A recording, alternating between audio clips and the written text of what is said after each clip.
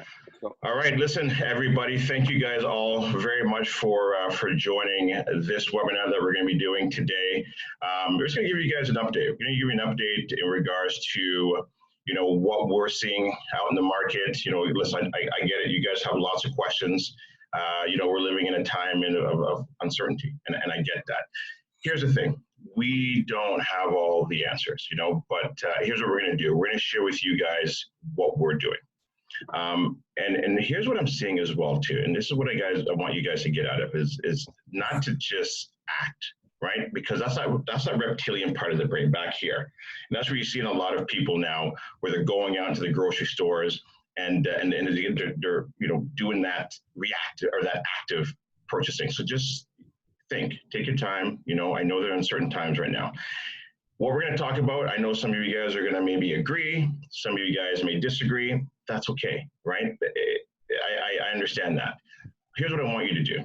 Just take what you can use and leave the rest. Okay, make sense? Okay, so here's what we're going to do. We're going to give you guys about 15, maybe 30 minutes of our time today. And number one, we're going to give you guys a market update. So Quentin, he'll be doing that. I'm going to be talking about dealing with tenants. Darlene, she's going to talk about mortgages and what's happening in that space. And then Chris is going to talk about government incentives. Some of you may know what's happening in that space, maybe you don't, but Chris is going to talk about that. And then I'm going to wrap it up in regards to what's next, okay, what you need to do going forward. Okay, so this is the news press. Okay, so we're not going to be taking questions. It's not going to be question and answer. We're just going to tell you what we are doing and what we're seeing. All right, does that make sense? absolutely. Beautiful. Okay, Quentin, you are up, my friend. All right, thanks everyone for taking time out of your day today to join us here. We just want to give you a quick snippet of the market update from what we're seeing. So both Chris and myself were out last week and active with some clients there and seeing what's going on with the market. So we had boots on the ground. I'll give you a quick snippet of two markets, Oshawa and Peterborough, that we currently invest in. But I think for a lot of markets, they saw similar to what I'll tell you about Peterborough and Oshawa. So last week alone, Oshawa had 112 new listings hit the market, and they had 49 sales that they had. So that was properties that sold just last week. So I'm only referring to last week because this is when things started to really transpire and take place. So a lot of these properties also involved multiple offers in those situations there. And in regards to the Peterborough market, we had 25 new listings come on the market and 16 sales.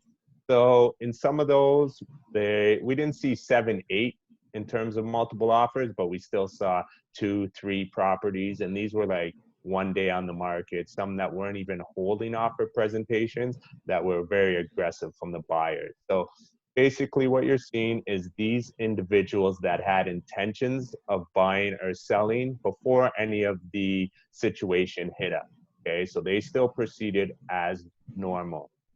Moving forward now, as things progress on a daily basis, I'm suspecting we're gonna see a little less activity in terms of listings come on to the marketplace, and maybe buyers who were just testing the waters, they might step back and sit on the fence as well.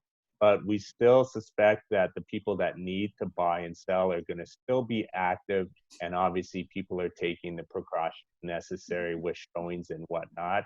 We've had verbiage from AREA and all the different real estate boards in terms of, eliminating open houses. So it's just putting us in a zone of getting more creative virtual tours and still allowing those serious buyers and sellers to do the activities that they need to. So things aren't going to change in that sense. Now, the major question everyone wants to really know is the market going to crash because of this? So if we look back at 2019 was a very healthy market, and it really picked up steam in the fourth quarter of 2019, obviously into this first quarter of 2020. So in my personal opinion and our team's opinion, I don't feel that these buyers and sellers are going to disappear, right? There's lots of demand on the buying side. So at most, what we might see is a delay in a lot of activity, which we would assume would take place in this spring market. That might get delayed, and that might be maybe late summer, maybe in fall. So it's a wait and see. Our crystal ball is no different than yours, but based on everything we're seeing, I don't predict a crazy market correction in that sense. So you're always going to have people that are in a situation that have to sell and have to buy. So we will see activity just a little less, I think, in the coming weeks. And those are my thoughts right now.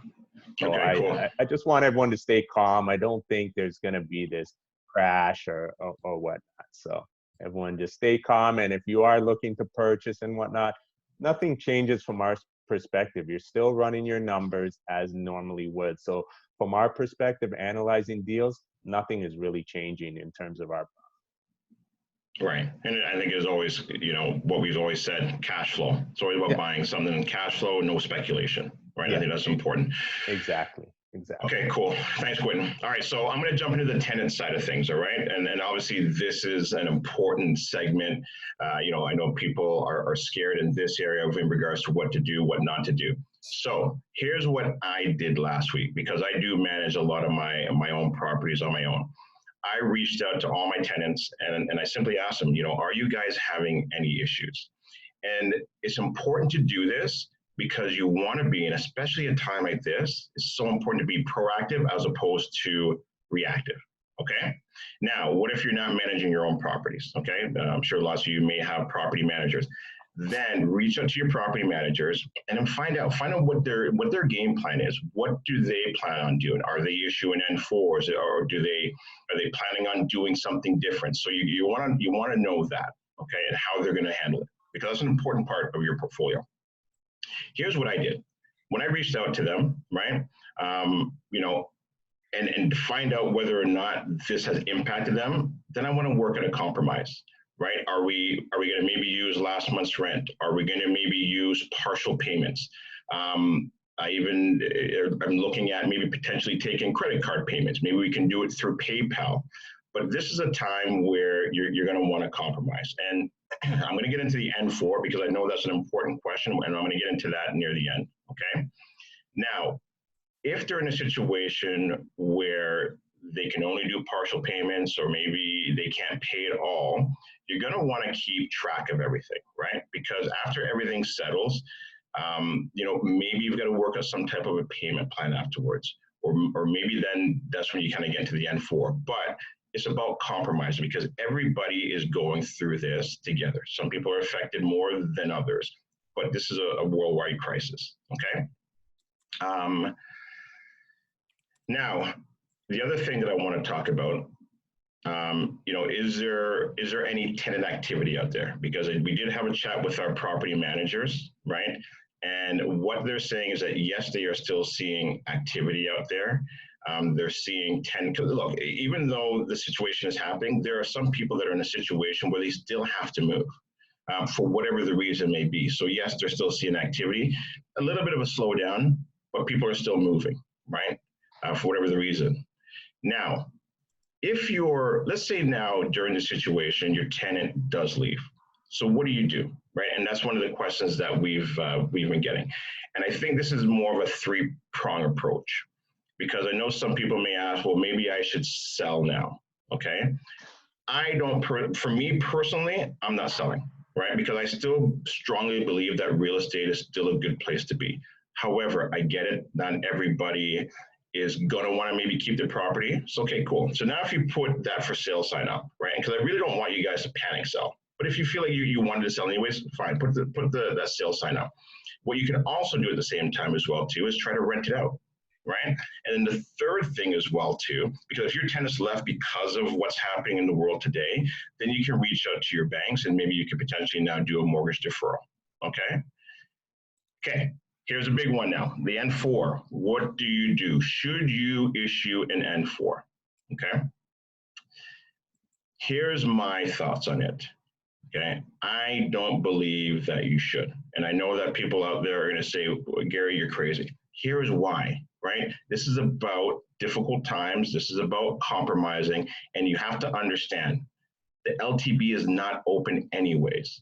So by issuing that N4, all you're going to do is make a bad situation worse. There's no point in doing it. I don't see any advantage in it, right? But if you take the compromise approach, if you take the approach of trying to work through them during this difficult time, that is better. Once everything settles, once the dust gets back down to where it needs to be, okay, then you can maybe take a look at that. But at this point in time, I wouldn't do it.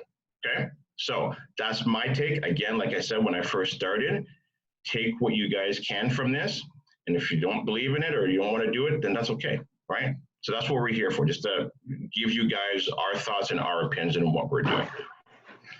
Cool. Darlene, mortgages. Hi, everybody. Good afternoon. So from my part, I just wanted to talk to you guys a little bit with regards to a few things on the mortgage side of things. Wanted to discuss the recent Bank of Canada rate drops for those of you who may or may not have heard about what they are. Payment deferrals, refinancing, and also how to deal with closings with your lawyer. So with regards to the rate drops, earlier in March, the Bank of Canada dropped its interest rate to 1.25% and then to 0.75% on March 16th. So what this is going to do is it's going to cause lenders to decrease their prime rate, but that doesn't actually translate to lower fixed or variable rates across the board. So I checked the rate sheets this morning, and actually what I'm seeing is an increase in the fixed rates. And with some lenders, I've even started seeing variable rates at prime plus versus prime minus. Another thing is some of my clients have also been asking about whether they should refinance their investment property, break the current mortgage because of the new decrease in prime rate. So my thoughts on that is really it is case by case, and we have to see if the penalty to break is worth it, okay? What I think is really we have to keep in mind, do the tenants have the ability to meet their monthly rent obligations? Because this could pose a problem to you should the mortgage and interest payments increase after the refinance, okay? So also I know everyone's heard about the payment deferrals, and really there's two things that you should know. One, should you do it? And two, what are the tax implications? So for deferring the mortgage payments, it's again case by case. We've been told that you need to call your current mortgage provider to find out, one, if you qualify, and two, for how long you can defer the payment. We were also thinking about, like what are the tax implications? So we called our accountant, and he did mention that while there's no tax benefit, in the event that the tenants pay their rent and you defer the mortgage payments, you would have more cash flow and less expense. So you could be paying a little more in taxes for the following year. Lastly on my part is just in regards to closing with your lawyer. So if you're closing in the next 30 days, I definitely would reach out to your lawyer and see what alternatives they have outside of face-to-face meetings. Some lawyers are accepting electronic signing, but again, the best thing is really don't delay, reach out as early as possible to find out what your options are. And that's it for me. Yeah. All right. Christopher. Yes. All right. So I'm going to be talking about what the government has got in store for us to help us out. So, obviously a lot of us are running into issues, no income, got to stay home with the kids, whatever the case is. Of course, tenants have the same problems just as you and I do. So just a quick summary here of what Canada has in store for us. Now, some of you guys are probably already know this information. And by the way, you can find all of this on canada.ca. They've got the whole economic program plan laid out.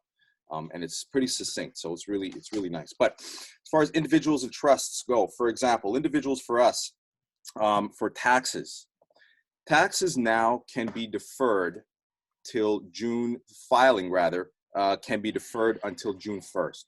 April 30th is our normal date. June 1st now is the new date. However, as you can imagine, if you're expecting a refund or you're hoping to benefit from some of these services, file ASAP, right? I mean, that's always what you need to do. But you want to be able to take advantage of some of these options that the government is providing. So you are best to file as soon as possible regardless.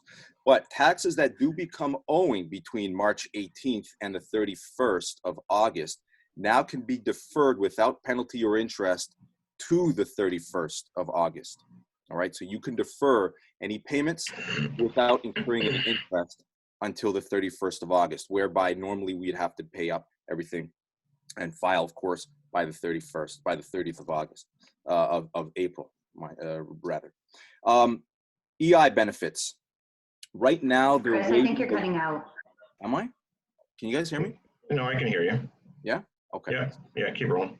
So EI benefits.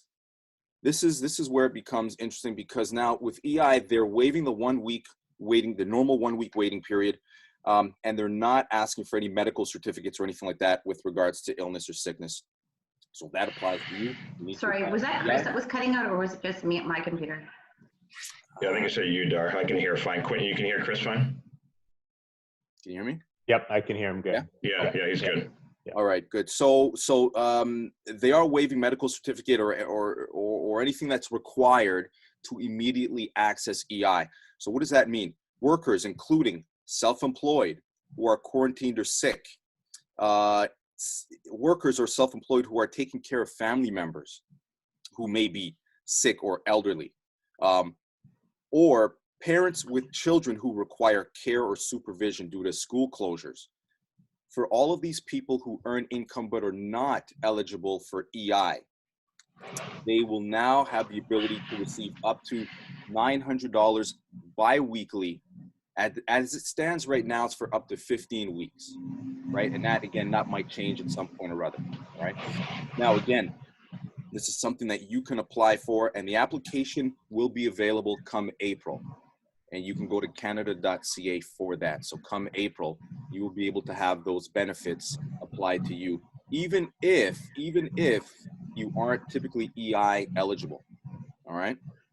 The next thing that the government's looking to do is they're increasing the CCB, which is your child care benefits. CCB, child care benefits per child, they are increasing that now to $300 per child. All right. Now that's going to come as of your May installment, but they're increasing that per child for $300 per child as of your May installment. Okay. As I said, applications for any of the programs will be available in April. If some of you guys have a trust, for example, they're also deferring the dates for your filings. So now they're saying if you've got a trust with a taxation year ending on December 31st, you can then file a deferred filing till May 1st. All right. Now, if for some of you guys who do have corps and businesses may defer their taxes until August 31st for the payment of income tax. Okay, so until August 31st. That's for taxes that become due only between March 18th and August 31st. Got it? So you can defer that now till August 31st. Some of you guys might be a little bit concerned, but as far as CRA goes, they will not be coming after you looking for you in reference to audit. They will cease audit activity as it stands right now. For over the next, what do they say? Over the next 4 weeks. So they will not be contacting you to initiate any post-GST, HST audits for the next 4 weeks. Fair enough? And that's, again, everything can be found on canada.ca, but that's a quick summary of what you guys can expect as far as help goes. All right, Chris, thanks. All right, so listen, I'm going to wrap it up, and this is what you should do next, okay? And these are some of the things that I've done, not only just recently, but throughout, my career in being a realtor and running Smart Home Choice. And so if you guys have been following me for as long as maybe some of you have, you know how big I am in the mindset. And more than ever, this is the time to really understand the mindset, okay? This is not a time to panic, but to be aware, though, however, of what's happening around you, right? So if you change what you perceive, here's what's going to happen is you're going to change what you experience, right? Eat healthy, right? Build up your immune system. Look, you know, I'm in this hotel, but I'm still making my kale drink. I got my apple in here. I got some lemon juice. So build your immune system up, right? Limit social media, right? Because if you've noticed, I haven't really been on there as much as I normally am because I'm seeing a lot of fear and there's a lot of worries. There's some good stuff on there, don't get me wrong, but just be careful because I remember I went into a forum this morning just to see what is happening within the landlords and what's happening with the tenants. And it's starting to get a little nasty in there. And I get it, right? There's so much uncertainty. So just limit what you're doing in that social media sphere, especially in that negative realm, right? Because you start getting in there, it's going to take over the mindset and have a really dark outlook, and you don't want that. In regards to the television, in regards to the radio, I'm not saying to completely turn it off, but maybe just tune in once or twice a day. I know, well, here's what I do. When I wake up, I'll do what I normally do. I'll tune in, listen to about 10, 15 minutes, end of the night, maybe listen to another 10, 15 minutes. I'm telling you, that is more than enough because there's nothing really new that's going to happen all that throughout that day, but you'll get that recap at the night. That's all you need, right? Don't inundate your mind with this stuff, okay? Now, in regards to what I've been doing, right, when I'm not watching TV, is I'm studying history. I've always been studying history, right? I think it's such an important piece, right? So if you become an expert on, you know, what's happened in the past, I think that is the best crystal ball you can have to know what's going to happen in the future, right? And so what happened back in the Depression, back in the 1929s, study that, see what happened, right? Because it repeats. What I love doing as well too is I study monetary policies in the past. You know, I can talk to you guys about what happened with the Bretton Woods system in 1944 and how all the currencies then tied to the U.S. dollar, and the U.S. dollar was tied to gold. And then what happened in 1971 where Richard Nixon took us off gold. So understand monetary policy because it's an important piece. I'll give you a good tip. I did a video last week. In regards to Mike Maloney. So that's something that I like to listen to. He has a series called The Hidden Secrets to Money. If you really want to know how money works, episode 4 gives you a good breakdown, but start understanding that because then you'll get a better idea of what's happening and where things are going to go. Because look, if you know the game, then you can understand the game. And if you understand the game, well, then you can win the game. All right. And, you know, listen, if we fear each other, then guess what's going to happen? We're going to live in a world of fear. If we hate each other, then we're going to live in a world of hate. But if we love each other, well, then guess what? We can live in a world of love. All right. So understand your internal consciousness, and you're going to find out how strong you are and how strong we all are. All right. We will survive this. I promise you, we will survive this. So with that, I'm going to end it with be safe. Look after your family. If you guys have any questions, because we've been getting a lot of questions about what's happening, send us an email and we're going to do our best to get back to you guys. All right. So it's investor@smarthomechoice.ca. I sincerely hope that helps. Like I said at the beginning, take what you need from this. And if there's anything that you don't agree with, then that's okay. Just leave it. Okay. Thanks, guys. Chris, Quentin, Darlene, thank you guys very much. I appreciate it. Thank you guys for joining. Thanks, guys. I knew you were gonna hit that. All right, guys. Enjoy the rest of your day. All right. Stay safe, guys. Take care. Yeah. Bye.